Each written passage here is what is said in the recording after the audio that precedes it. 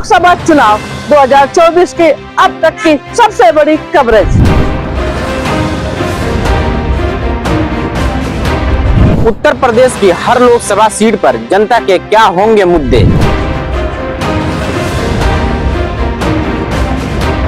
किस मुद्दे पे जनता इस बार वोट डालेगी। उत्तर प्रदेश लोकसभा चुनाव में क्या होंगे महिलाओं के मुद्दे। रोजगार, भ्रष्टाचार, कानून व्यवस्था पर जनता की क्या है राय।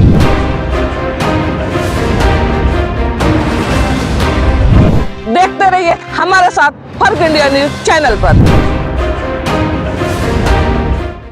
है कि माइनॉरिटी जाएगा कहाँ। ये भाजपा को वोट नहीं देगा, एंटी भाजपा वोट माना जाता है पूरे देश के अंदर। तो ये भाजपा को वोट नहीं देंगे तो अभी जाएंगे कहाँ। ये तो टोटल हम ही को देंगे। जब हमको देंगे तो हमें जाने की क्या जरूरत। हाँ, ये थोक भाव में हमको लाके उलाट देंगे अपना मुसलमान को इनका जो है एग्रीमेंट तो दे देंगे थोक भाव में। ये उनकी अपनी मेंटेलिटी है। अगर यही कैंडिडेट बीएसपी का कोई ऐसा आ जाता जिसकी माइनॉरिटी में भी पकड़ होती तो फिर देखते आप चुनाव की गहमागहमी। ये सच्चाई है। अच्छा, एक चीज ये है कि यहाँ से जो है राय समाज जी 13 बार जो है लोकसभा सीटें चुनाव जीत रहा है जी। तो अन्य बिरादरियों में क्या वो क्षमता नहीं रही है कि केवल एक जनप्रतिनिधि के तौर पे इनके तरफ रुझान लोगों का बढ़ गया है? नहीं, ऐसा वो बात नहीं है। मसला असल में कुछ आ जाता है जातियात का। अच्छा, जातियात आ जाता है मसला जब चुनाव आता है। तो अब कुछ मजहब का भी आ जाता है। अब जैसे इससे पहले अजमल नूरानी यहाँ से चुनाव लड़े हुए हैं जी। वो नूरानी राहत इंस्टीट्यूट वाले बढ़िया लड़ाई बहुत बेहतरीन लड़े थे चुनाव। 2 बार लड़े चुनाव। अरशद जमाल जो नगर पंचायत आपके मऊ के जो चेयरमैन वो भी लड़ चुके हैं। तो कहीं ना कहीं कुछ ऐसा र्यूमर हो जाता है कि हिंदू मुस्लिम लोग ऐसे हालात में लोग हिंदू मुस्लिम कर देते हैं जी। इसलिए वो चुनाव नहीं लड़ पाता। रही बात राय साहब लोगों की, तो हकीकत में ये तो कम्युनिस्टों का गढ़ था। कम्युनिस्टों का गढ़ है जी। एक जमाने में कम्युनिस्टों का ही गढ़ था। लेकिन जब कल्पनाथ राय जब फील्ड में उतरे तो कम्युनिस्टों का वर्चस्व तोड़ दिए यहाँ से। और वो खुद अकबर हुसैन बाबर को जानते रहे होंगे, बड़े कम्युनिस्ट नेता रहे। नाम सुने, कामरेड चंद्रजीत रहे, मितसेन यादव जी रहे फैजाबाद से जी। ये सब नाम तो सुने हम लोग, पढ़ाई के दौरान भी सुने जी। सुने हैं झारखंडे राय एक जमाने यहाँ जी यहाँ से थे। तो जब कल्पनाथ राय यहाँ से आए तो कम्युनिस्टों का वर्चस्व खत्म हुआ। तो कल्पनाथ राय कभी आज़ाद, कभी समता पार्टी, कभी कांग्रेस। लेकिन कल्पनाथ राय ही एक ऐसे इंसान थे जिन्होंने जनप्रतिनिधि होने का हक अदा किया जी। वरना जब से देश आज़ाद हुआ है और जब से चुनाव हो रहा है, जितने लोग थे उन्होंने अपने जनप्रतिनिधि होने का हक अदा नहीं किया, सवाई कल्पनाथ राय को। 1999 में उनकी मृत्यु हो जाती है। और जितने भी उन्होंने विकास काम किए हैं मऊ जिले के अंदर, उनका तो सपना था कि मऊ को सिंगापुर बना देंगे और बड़े काम किए उन्होंने। आज हालत यह है कि उनके सारे किए हुए काम बस यूं ही पड़े हुए हैं। कोई चूना पोतने की उस पर नौबत किसी को नहीं आती है। आज ये हालत हो गई है। तो हक अदा कोई नहीं किया सवाई कल्पनाथ राय को। अब एहसास होता है लोगों को कि काश की 10-20 साल वो और जिंदा होते तो मऊ कहाँ से कहाँ पहुँच जाता जी। आपका सुना भैया? मोहम्मद ओवैस रजा। क्या हालचाल है? ठीक है। चुनावी शाहिद मंसूर रजा जी भी एक बड़े अच्छे शायर थे, जानते थे? मेरी इसमें कोई खास रुचि नहीं है। अच्छा। तो हमारे महमूद भाई को रुचि है। महमूद भाई तो अच्छे शायर हैं। हाँ। माहौल क्या है यहाँ, क्या मुद्दे हैं? देखिए, चुनाव तो बड़ा खामोश है। कहीं चुनावी किसी किस्म की आप भी देख रहे हैं, उधर आए होंगे तो कुछ आपको आभास भी नहीं हो रहा होगा कि चुनाव भी चल रहा है। खामोश मिजाजी तुम्हें जीने नहीं देगी, जीना है इस दौर में तो कोहराम मचा दो। हाँ, लेकिन देखा यह जाए लोगों में जो पिछले 10 साल की सरकार रही उसके प्रति बहुत उदासीनता है। और जो उनका कोर वोटर है जो भारतीय जनता पार्टी का, वो भी उनसे नाराज है। तो वो भी उनके जो वर्कर्स हैं उनके अंदर भी मायूसी है, खुल के नहीं आ रही। इसे चुनाव में कोई गहमा-गहमी नहीं दिख रही है।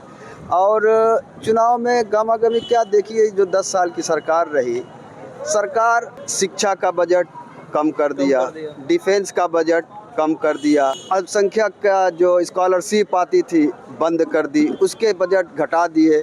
और उसके बाद कहते हैं सबका साथ, सबका विकास और सबका विश्वास। तो कहाँ हुआ?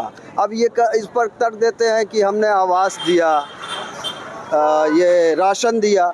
तो ये तो ऐसी योजना है कि इसमें आप किसी को जो है किसी के साथ भेदभाव कर ही नहीं पाएंगे।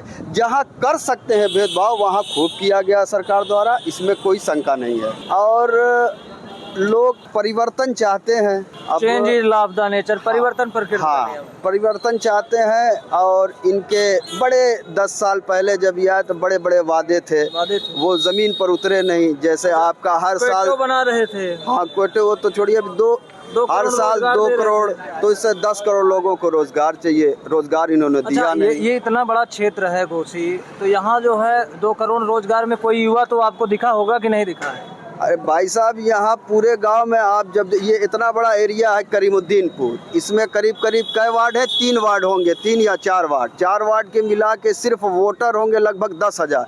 इस 10,000 की आबादी में एक भी परिषदीय विद्यालय नहीं है, परिषदीय विद्यालय एक भी नहीं है। विद्यालय की हाँ परिषदीय विद्यालय है बड़ा गाँव बाजार में, बड़ा गाँव में, करीमुद्दीनपुर में एक भी परिषदीय विद्यालय नहीं है। तो शिक्षा के लिए जो यहाँ मदरसा शम्सुल उलूम है, इसमें प्राइमरी माइनॉरिटी का प्राइमरी चलता है, वहीं से बच्चे पढ़ते हैं, और जो माइनॉरिटी का ही जो है शिक्षण संस्थान है वहीं से पढ़ते हैं। अब बताइए, जहाँ 10,000 की जनसंख्या सिर्फ वोटर हो, वहाँ की जनसंख्या भी 20,000 करीब होगी, 20,000 में एक भी परिषदीय विद्यालय नहीं, ये एक बड़ी समस्या है। जैसे हमारे भाई साहब ने बताया कि कोई यहाँ गर्ल्स कॉलेज नहीं है, गवर्नमेंट के दो ही जो है इंटर कॉलेज हैं, और उनकी हालत ये है कि 96 में हम जो है हाई स्कूल किए, तब तो वो भरा रहता था, हम लोग क्लास में बैठ नहीं पाते थे, एक एक क्लास में 80-80, 90, 100 लड़के रहते थे। आज अगर पढ़ाई का स्तर रहा नहीं। ये सड़क पानी जो है, स्कूल की बात हो गई, और कोई मुद्दे हैं? मुद्दे इस बार यही हैं कि देखिए, लोगों को रोज़गार चाहिए, लोग रोज़गार से परेशान है, महंगाई से परेशान है, महंगाई देश चरम सीमा पे है। ऐसा नहीं है कि महंगाई हर हुकूमत में बढ़ती है, समय के साथ जो है महंगाई बढ़ती रहती है, मगर उसकी भी एक सीमा होती है। कमाई बढ़ी नहीं, महंगाई बहुत बढ़ गई। रोज़गार की बात किए थे, रोज़गार दिया नहीं, नौकरी दिया नहीं।